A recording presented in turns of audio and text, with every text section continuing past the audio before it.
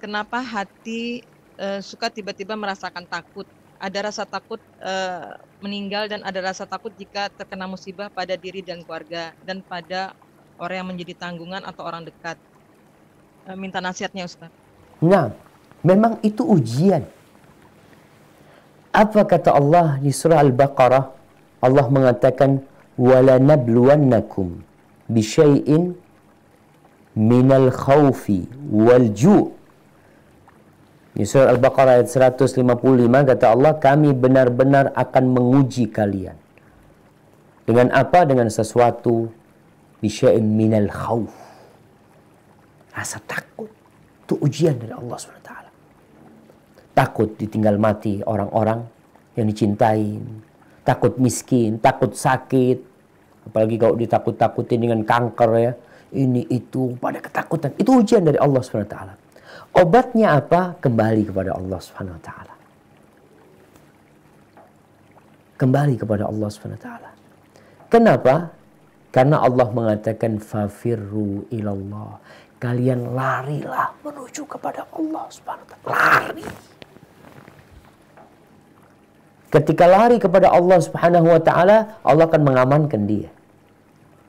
Ketika dia berharap kepada Allah Subhanahu wa taala, Allah akan cukupin dia. Jangan kemana-mana.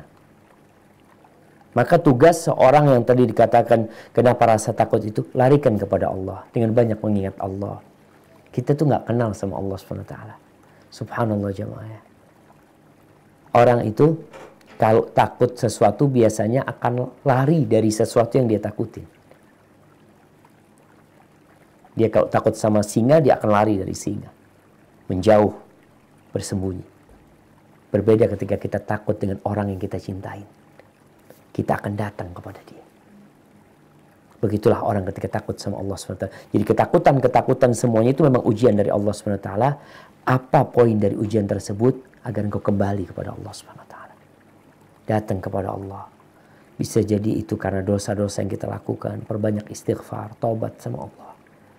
Tambah kaji tentang keimanan. Semua akan kita tinggalkan. Kalau bicara mati, innaka mayitun wa innahum mayitun. Engkau akan mati, semua akan mati, kata Allah Subhanahu wa taala. Mati itu nggak kenal waktu, nggak kenal orang. Mati itu bukan datang ke orang yang sakit. Berapa banyak orang yang sakit nggak mati-mati, dan berapa banyak orang yang sehat, bugar, habis olahraga, mati. Maka itu mudah-mudahan membuat kita jadi sabar. Kalau kehilangan orang-orang yang kita cintain, husnudzon sama Allah. Dan kita berpikir positif. Orang yang mati itu keluar dari penjara kalau dia beriman. Selesai sudah. Mungkin kita husnudzon kalau anak-anak kita yang kita cintai meninggal dunia umpamanya. Ya pasti Allah punya hikmah. Mungkin dia memang menanti kedua orang tuanya di pintu surga. Hadza wallahu a'lam bissawab. Itu yang bisa kita kaji pada kesempatan kali ini. Sampai berjumpa kembali. Semoga senantiasa dalam lindungan ilahi. Subhanakallahumma bihamdika.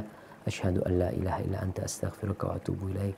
Wassalamualaikum warahmatullahi wabarakatuh.